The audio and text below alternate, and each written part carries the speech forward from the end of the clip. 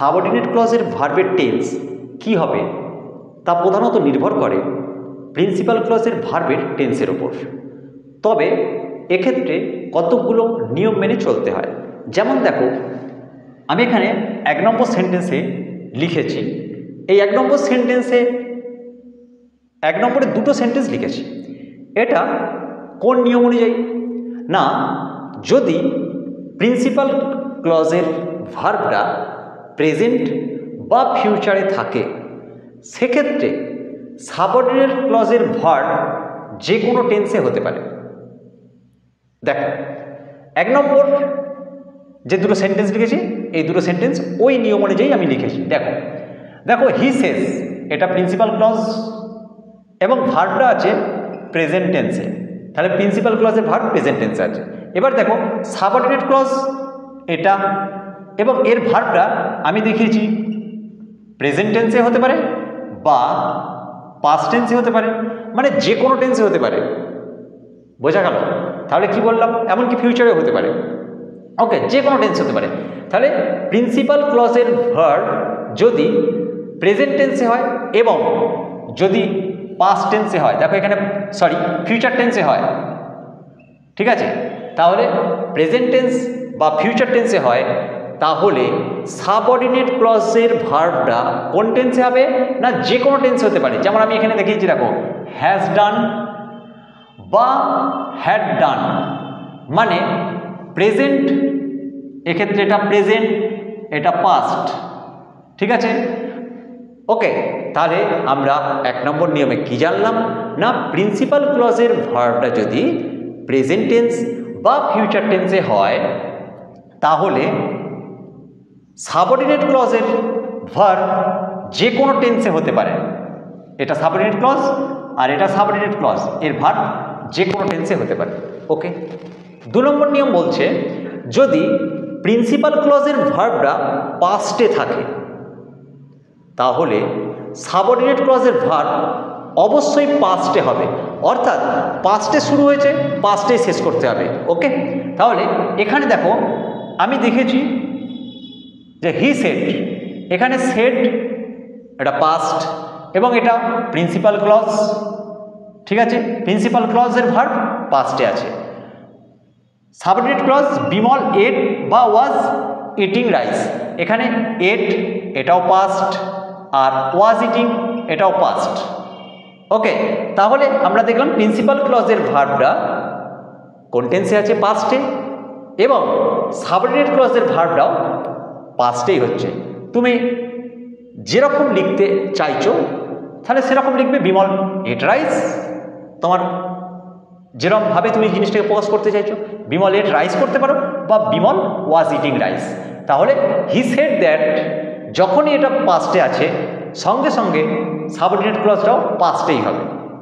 ওকে, একইভাবে দেখো she said that যদি উড গো দেয়ার, দেখো সেড পাস্টে আছে প্রিন্সিপাল ক্লজ মানে প্রিন্সিপাল ক্লজের ভার্বটা, তাহলে যদি উড গো দেয়ার, এখানে ভার্ব ফ্রেজ উড গো, দেখো এটা পাস্টে আছে, তাহলে প্রিন্সিপাল ক্লজের ভার্বটা পাস্ট টেন্সে আছে, সুতরাং সাবঅর্ডিনেট ক্লজের ভার্বও পাস্টেই রয়েছে। তাহলে আমরা দ্বিতীয় নিয়মে কি শিখলাম?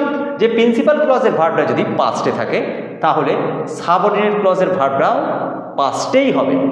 ওকে, এরপর 3 নম্বর নিয়ম, দেখো যদি সাবঅর্ডিনেট ক্লজটা ইউনিভার্সাল ট্রুথ হয়, মানে চিরন্তন সত্য হয়, বা হ্যাবিচুয়াল ট্রুথ হয় অর্থাৎ অভ্যাসগত সত্য হয়, সেক্ষেত্রে প্রিন্সিপাল ক্লজের ভার্ব যে কোনো টেন্সে থাকুক সাবঅর্ডিনেট ক্লজের ভার্বটা সবসময় প্রেজেন্টে হবে।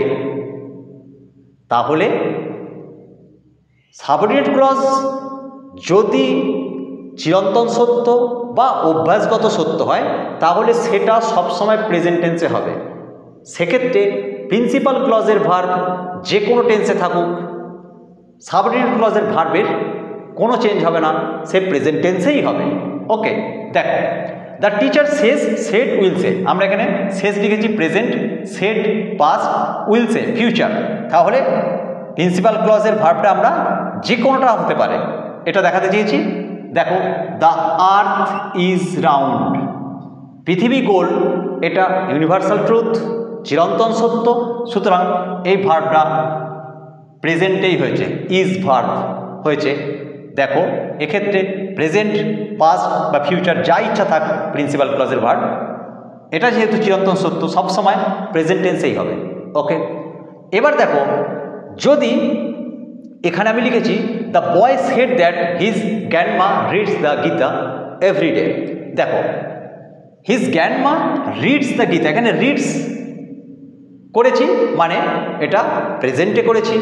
কেন না, his grandma reads the Gita everyday, এটা হ্যাবিচুয়াল ট্রুথ অর্থাৎ অভ্যাসগত সত্য, প্রতিদিন তিনি গীতা পড়েন, তাই তো এটা অবভিয়াসলি প্রেজেন্ট টেন্সে। কারণ আমি ওই যে বললাম যে যদি অভ্যাসগত সত্য হয় সেক্ষেত্রে প্রিন্সিপাল ক্লজের ভার্ব যে কোনো টেন্সে থাক সাবঅর্ডিনেট ক্লজের ভার্ব সবসময় প্রেজেন্টে হবে। এখানে দেখো প্রিন্সিপাল ক্লজের ভার্ব পাস্টে আছে, তা সত্ত্বেও এটা প্রেজেন্টে হয়েছে। বোঝা গেল? এবারে দেখো তাহলে আমরা 2 নম্বর নিয়মে বলেছিলাম কি যে প্রিন্সিপাল ক্লজের ভার্ব পাস্টে হলে সাবঅর্ডিনেট ক্লজের ভার্বও পাস্টেই হবে, কিন্তু একটা ব্যতিক্রম রয়ে গেল যে যদি সাবঅর্ডিনেট ক্লজটা ইউনিভার্সাল ট্রুথ বা হ্যাবিচুয়াল ট্রুথ অর্থাৎ অভ্যাসগত সত্য বা চিরন্তন সত্য হয় সেক্ষেত্রে কিন্তু প্রিন্সিপাল ক্লজটা পাস্টে হলেও সাবঅর্ডিনেট ক্লজটা প্রেজেন্টেই হবে। বোঝা গেল? এটা ব্যতিক্রম।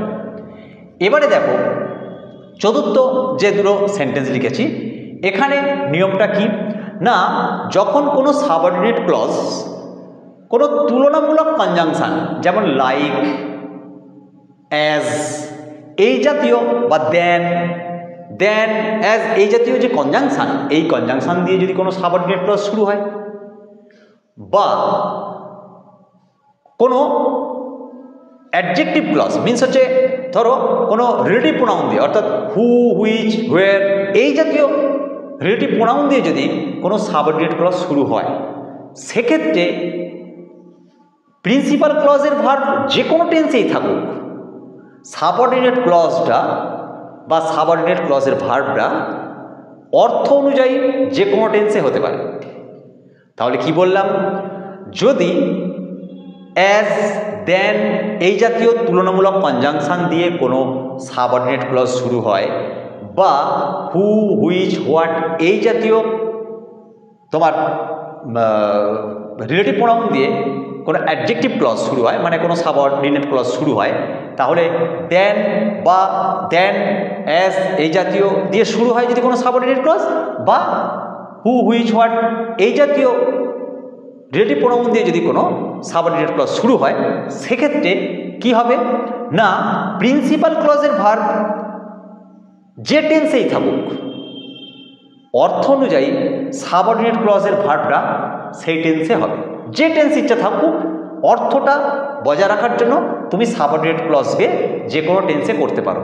এটা কিন্তু প্রিন্সিপাল ক্লজের ভার্বের ওপর কোনো কিছুতেই নির্ভর করবে না, করবে অর্থটার ওপরে নির্ভর। বোঝা গেল? এবারে দেখো grandpa loved me more than father loves me. দেখো এখানে লাভড আছে, দাদু আমাকে ভালোবাসতেন, more than father loves me এটা কিন্তু প্রেজেন্টে, বাবা আমাকে ভালোবাসতেন যা তার চেয়ে বেশি ভালোবাসতেন। তাহলে এখানে দেখো পাস্টে আছে কিন্তু আমি অর্থটা প্রকাশ করতে চাইছি সেরকম যে দাদু অনেক বেশি ভালোবাসতেন, বাবা যা এখন ভালোবাসেন, ঠিক আছে এরকম বলতে চাইছি। তাহলে এখানে এটা পাস্টে হওয়া সত্ত্বেও যেহেতু এই যে বললাম তুলনামূলক কনজাংশন দেন আছে এর জায়গায় অ্যাজ থাকলেও হতো, ঠিক আছে, তাহলে এটা কিন্তু অর্থ অনুযায়ী এটা প্রেজেন্টে হলো। বোঝা গেল? ওকে, তাহলে পাস্টে প্রিন্সিপাল ক্লজের ভার্ব থাকলেই শুধু হবে না, আমাকে আবার এটাও লক্ষ্য করতে হবে, ঠিক আছে। তাহলে পাস্টে শুরু হয়েছে মানে পাস্টে শেষ হবে, ঠিক আছে। কিন্তু এই যে 3 নম্বর নিয়মে আমরা এখানে দেখলাম যে যদি ইউনিভার্সাল ট্রুথ বা হ্যাবিচুয়াল ট্রুথ হয় সেক্ষেত্রে প্রেজেন্টে হবে বা দেন দিয়ে শুরু হলেও আমরা দেখলাম কি যে দেন বা হু, হুইচ, হোয়াট, হোয়ার এইসব দিয়ে যদি সাব ক্লজটা শুরু হয় সেক্ষেত্রেও কিন্তু কি হয় এখানে অর্থ অনুসারে হয়। ওকে, তাহলে কি দেখলাম যে এটা অর্থের উপর ডিপেন্ড করবে যখন দেন দিয়ে শুরু হচ্ছে সাব ক্লজটা, বা হু, হুইচ, হোয়াট এইসব দিয়ে শুরু হচ্ছে। এখানে দেখো I go to the place, এখানে এটা প্রেজেন্টে আছে, অথচ এখানে দেখো অরুণ লিভড, এটা কিন্তু পাস্টে হয়েছে। তাহলে এটা প্রেজেন্টে থাকা সত্ত্বেও এটা পাস্টে হলো, কারণ এটা অর্থ অনুসারে অর্থের উপর ডিপেন্ড করে এটা হবে। ঠিক আছে, আমরা বলতে চাইছি I go to the place where Arun lived. ঠিক আছে, আমি এখানে যে অরুণ যেখানে থাকতো আমি সেখানে যাব, তাই তো? এখানে দেখো হোয়ার দিয়ে শুরু হয়েছে, তাই অর্থ অনুযায়ী এই ক্লজটা ভার্ব ঠিক হবে। আমি কি অর্থ প্রকাশ করতে চাইছি? আমি যদি প্রকাশ করতে চাইতাম যে অরুণ এখন থাকে সেখানে আমি যাব, তাহলে আমি এটাকে লিভস করতে পারতাম, তাতেও কোনো সমস্যা ছিল না। ঠিক আছে, তাহলে আমি যেরকম অর্থ প্রকাশ করব সেই অনুযায়ী এটা টেন্স হবে। ঠিক আছে, কখন না যখন সাবক্লজটা দেন, অ্যাজ এই জাতীয় ওয়ার্ড দিয়ে শুরু হবে তুলনামূলক কনজাংশন দিয়ে, বা হু, হুইচ, হোয়াট, হোয়ার এই জাতীয় রিলেটিভ প্রনাউন দিয়ে শুরু হবে, সেক্ষেত্রে আমরা অর্থ অনুযায়ী এই সাবক্লজের ভার্বের টেন্স ঠিক করতে পারবো। ওকে।